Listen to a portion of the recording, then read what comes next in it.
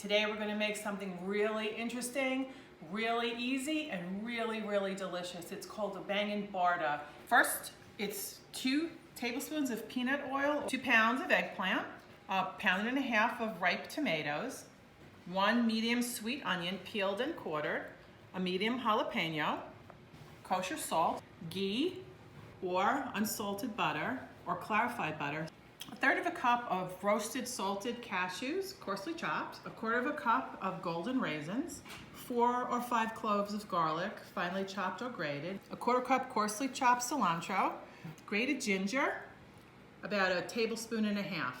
Then we have 2 teaspoons of garam masala. The ingredients in this particular garam masala are coriander, chili, cumin, cloves, cinnamon, dried mango, salt, mace, fennel seeds, black pepper. So I'm going to take the oil and just brush a sheet pan very lightly with it.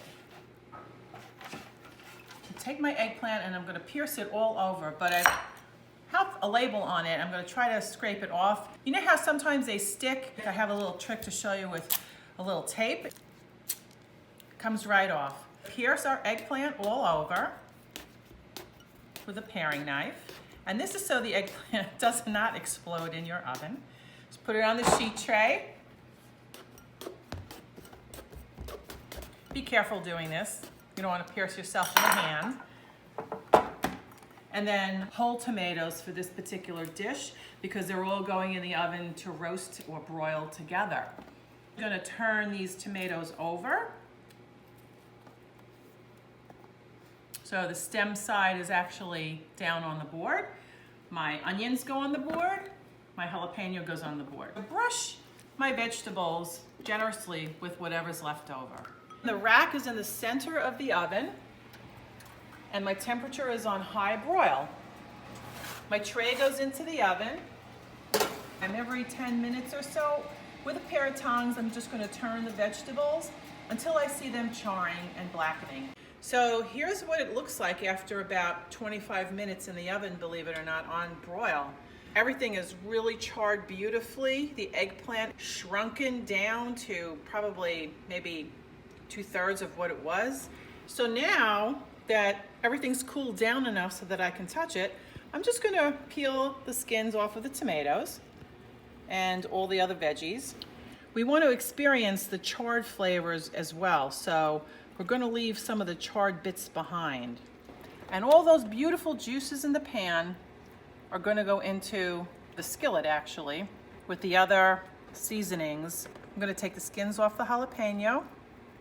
Now, if you like a little more heat, leave all the seeds in. If you like it milder, remove the seeds. Probably a good idea to do this with gloves on because the jalapeno is still very hot. The eggplant, all the skin comes off. You can wait till it cools down completely if you like because you're going to reheat it in a skillet with some other spices that we spoke about earlier. Do you see how easily the skin is coming off of the eggplant? We're just going to chop the vegetables directly on the sheet tray. Coarsely chop everything together.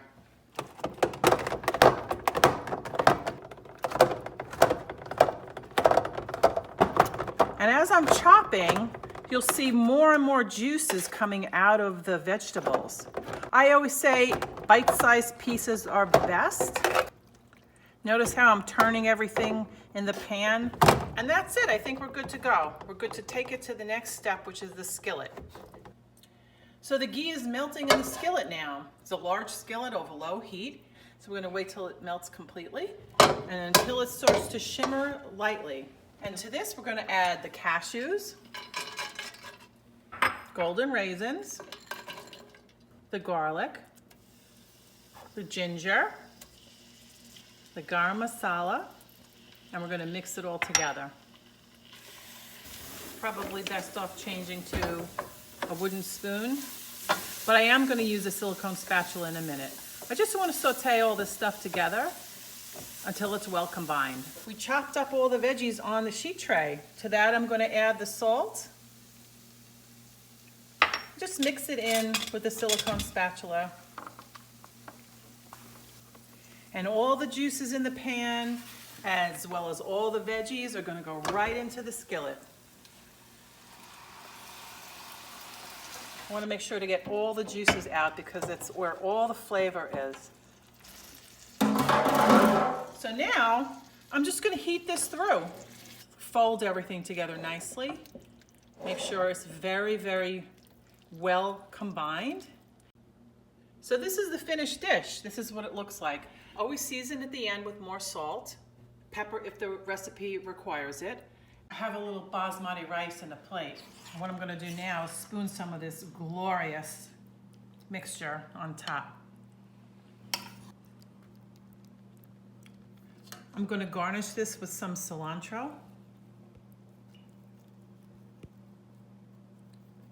Serve it with a wedge of lime, and we're good to go.